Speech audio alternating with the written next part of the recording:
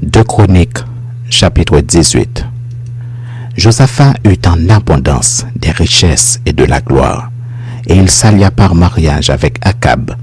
Au bout de quelques années, il descendit auprès d'Akab à Samarie, et Akab tua pour lui et pour le peuple qui était avec lui un grand nombre de brebis et de bœufs, et il le sollicita de monter à Ramoth en Galaad. Akab, roi d'Israël, dit à Josaphat, roi de Juda, « Veux-tu venir avec moi à Ramoth en Galaad ?» Josaphat lui répondit, « Moi comme toi, et mon peuple comme ton peuple, nous irons l'attaquer avec toi. » Puis, Josaphat dit au roi d'Israël, « Consulte maintenant, je te prie, la parole de l'Éternel. » Le roi d'Israël assembla les prophètes au nombre de 400. Il leur dit, « Irons-nous attaquer Ramoth en Galaad, ou dois-je y renoncer ?» Et ils répondirent, « Monte, et Dieu la livrera entre les mains du roi. » Mais Josaphat dit, « N'y a-t-il plus ici aucun prophète de l'Éternel par qui nous puissions le consulter ?» Le roi d'Israël répondit à Josaphat, « Il y a encore un homme par qui l'on pourrait consulter l'Éternel, mais je le hais, car il ne me prophétise rien de bon. Il ne prophétise jamais que du mal.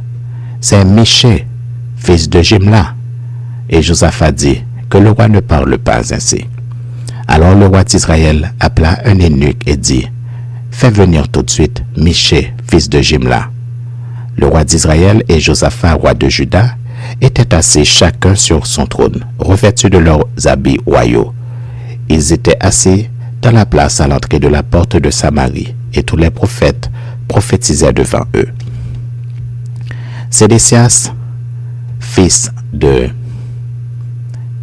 Kenaana, s'était fait des cornes de fer, et il dit, « Ainsi parle l'Éternel, avec ces cornes, tu frapperas les Syriens jusqu'à les détruire. » Et tous les prophètes prophétisaient de même en disant, « Monte à Ramoth en Galaad, tu auras du succès et l'Éternel la livrera entre les mains du roi. » Le messager qui était allé appeler Michée lui parla ainsi, « Voici les prophètes d'un commun accord prophétisent du bien au roi. Que ta parole soit donc comme la parole de chacun d'eux. Annonce du bien. » Michée répondit, « L'Éternel est vivant, j'annoncerai ce que dira mon Dieu. » Lorsqu'il fut arrivé auprès du roi, le roi lui dit, « Michée, irons-nous attaquer Ramoth en Galaad, ou dois-je y renoncer ?» Il répondit, « Montez, vous aurez du succès, et ils seront livrés entre vos mains. » Et le roi lui dit, « Combien de fois me faudra-t-il te faire jurer de me dire que la vérité au nom de l'Éternel ?» Michée répondit, « Je vois tout Israël dispersé sur les montagnes, comme des brebis qui n'ont point de berger. » Et l'Éternel dit, « Ces gens n'ont point de maître, que chacun retourne en paix dans sa maison. » Le roi d'Israël dit à Josaphat, « Ne te l'ai-je pas dit? Il ne prophétise sur moi rien de bon.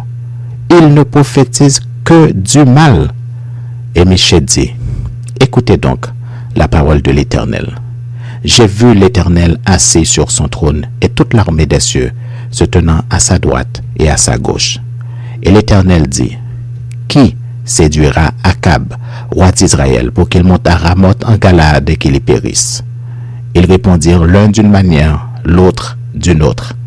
Et un esprit vint se présenter devant l'Éternel et dit, « Moi, je le séduirai. » L'Éternel lui dit, « Comment? » « Je sortirai, répondit-il, et je serai un esprit de mensonge dans la bouche de tous ces prophètes. » L'Éternel dit, « Tu le séduiras, et tu en viendras à bout. Sors et fais ainsi. » Et maintenant voici, l'Éternel a mis un esprit de mensonge dans la bouche de tes prophètes qui sont là, et l'Éternel a prononcé du mal contre toi. Alors Sédécias, fils de Kenaana, s'étant approché, frappa Michée sur la joue et dit, « Par quel chemin l'Esprit de l'Éternel est-il sorti de moi pour te parler? » Michée répondit, « Tu le verras au jour où tu iras de chambre en chambre pour te cacher. » Le roi d'Israël dit, « Prenez Michée et emmenez-le vers Ammon, chef de la ville, et vers Joas, fils du roi. Vous direz, ainsi parle le roi, mettez cet homme en prison et nourrissez-le du pain et de l'eau d'affliction jusqu'à ce que je revienne en paix. » Et Michée dit, « Si tu reviens en paix, l'Éternel n'a point parlé par moi. Il dit encore, vous tous, peuple, entendez. Le roi d'Israël et Josaphat, roi de Juda, montèrent à Ramoth en Galade.